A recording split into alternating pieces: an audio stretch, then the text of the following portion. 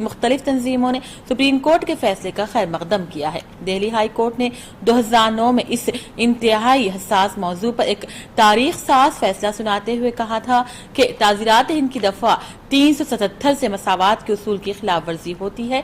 عدالت کا کہنا تھا کہ اس دفعہ سے انفرادی آزادی مجروح ہو جاتی ہے، جو کہ ہر شخص کا بنیادی حق ہے، اور دوسری طرف تعزیرات ہند کی دفعہ 377 کے تحت ایک ہی جنس سے تعلق رکھنے والے لوگوں کے درمیان جسمانی تعلقات کو جرم قرار دیا گیا ہے اور اس فعل کے لیے انہیں 10 سال کی سزا سنائی جا سکتی ہے۔ دفعہ 377 تقریباً 150 برس پرانا قانون ہے، جس کے تحت صرف مرد اور عورت کے درمیان روایتی اور راجنسی تعلق کو ہی جائز جنسی فعل مانا گیا ہے، جبکہ دوسرے تمام طریقوں کو نہ صرف غیر فطری قرار دیا گیا بلکہ اسے غیر قانونی اور قابل سزا عمل کے زمرے میں رکھا گیا ہے۔ ہائی کورٹ کے اس فیصلے کو ہندو، عیسائی اور مسلم مذہبی تنظیموں نے چیلنج کیا تھا۔ کا موقف ہے کہ ہم جنس پرستی غیر فطری عمل ہے اور اس کو جرم کے زمرے میں شامل رہنا چاہیے۔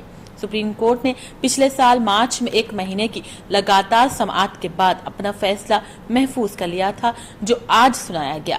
ہائی کورٹ کے فیصلے کو چیلنج کرنے والوں میں مسلم پرسنل لا بورڈ بھی شامل ہے، جس کے عہدیدار ظفریاب جیلانی نے کہا کہ عدالت نے سماجی اقدار کا تحفظ کیا ہے اور اس فیصلے کی مخالفت کرنے والوں کی تعداد بہت کم ہے۔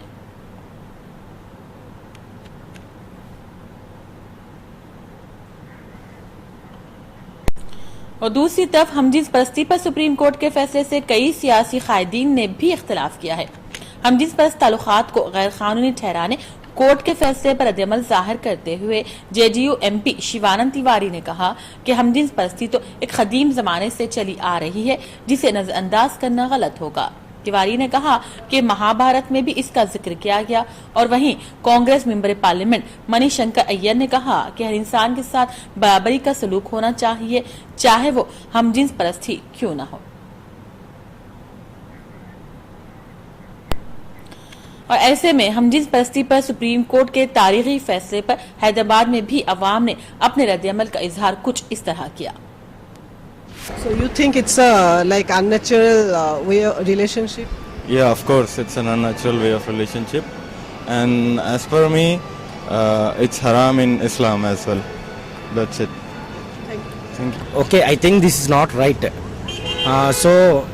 Supreme Court already judgment is given. No, this is crime. Actually, lesbians and this gays means they are really to say they forcefully doing some things other persons also with other persons also. Okay. Like we are just going on road means some gay will come and